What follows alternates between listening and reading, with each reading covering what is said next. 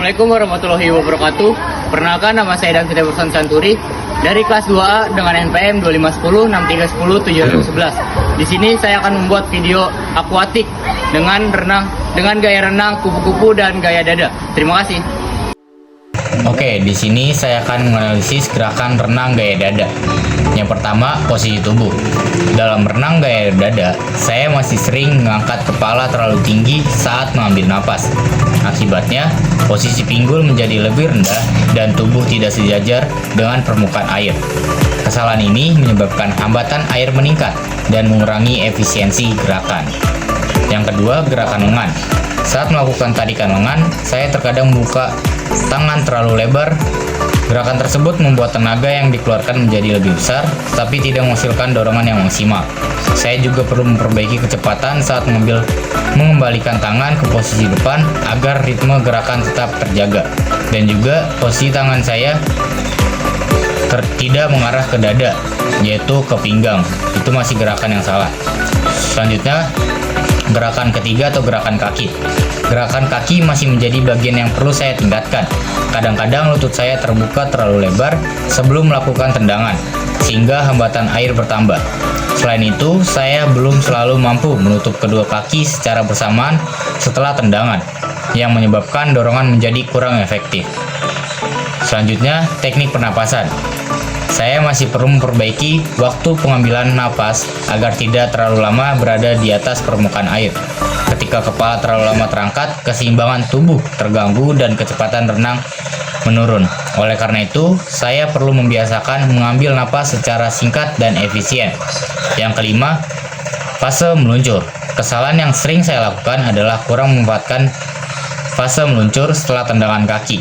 Saya cenderung terburu-buru melakukan gerakan berikutnya, sehingga momentum yang diperoleh tidak digunakan secara maksimal. Akibatnya, gerakan menjadi lebih boros energi dan tidak efisien. Dan yang selanjutnya, koordinasi gerakan. Koordinasi antara gerakan tangan, pernapasan, tendangan kaki, dan meluncur masih perlu ditingkatkan. Dalam beberapa kesempatan, saya melakukan tendangan kaki terlalu cepat setelah tarikan tangan, sehingga urutan gerakan menjadi kurang tepat. Hal ini menyebabkan efisiensi gerakan dan kecepatan renang belum optimal. Selanjutnya, kita akan menganalisis renang gaya kupu-kupu. Oke, selanjutnya menganalisis gerakan renang gaya kupu-kupu. Yang pertama, posisi tubuh.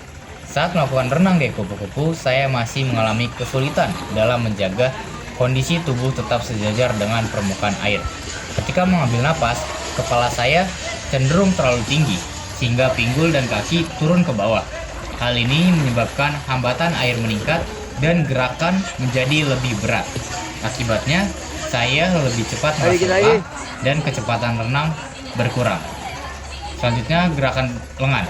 Pada gerakan lengan, saya terkadang belum menyelesaikan fase dorongan hingga tangan berada di samping paha. Tarikan dan dorongan yang kurang maksimal membuat tenaga saya yang tidak dihasilkan untuk bergerak maju menjadi berkurang. Selain itu, fase pemulihan. Ayunan lengan saya kadang masih terlalu rendah sehingga mengganggu kelancaran gerakan berikutnya.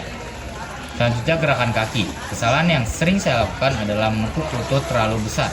Yang melakukan tendangan lumba-lumba, gerakan kaki menjadi lebih banyak berasal dari lutut dibandingkan dari pinggul. Akibatnya, dorongan yang dihasilkan kurang kuat dan ritme gerakan tubuh menjadi kurang baik. Saya juga masih perlu menjaga agar kedua kaki tetap rapat selama melakukan tendangan. Selanjutnya, teknik pernapasan. Saat bernapas, saya sering mengangkat kepala terlalu lama di atas permukaan air. Hal ini membuat posisi tubuh tidak streamline dan membuat hambatan laju renang. Selain itu, saya terkadang terlambat mengambil napas sehingga koordinasi antara gerakan lengan, kaki, dan pernapasan menjadi kurang sinkron. Yang kelima, koordinasi gerakan. Koordinasi antara lengan, kaki, dan pernapasan masih menjadi kelemahan saya dalam renang gaya kupu-kupu ini. Terkadang tendangan kaki tidak sesuai dengan siklus gerakan lengan sehingga ritme renang dapat terganggu. Akibatnya, tenaga yang dikeluarkan terasa lebih besar dibandingkan hasil dorongan yang diperoleh. Berdasarkan hasil analisis saya, kelemahan utama saya pada Gaya kupu-kupu terletak pada koordinasi gerakan, teknik pernapasan, dan tendangan kaki yang belum maksimal. Sedangkan pada gaya dada, saya masih perlu memperbaiki posisi tubuh, gerakan kaki, pemanfaatan fase meluncur, serta koordinasi keseluruhan gerakan. Dengan latihan yang teratur dan fokus pada aspek tersebut, teknik renang saya dapat menjadi lebih efektif dan efisien ke depannya. Terima kasih.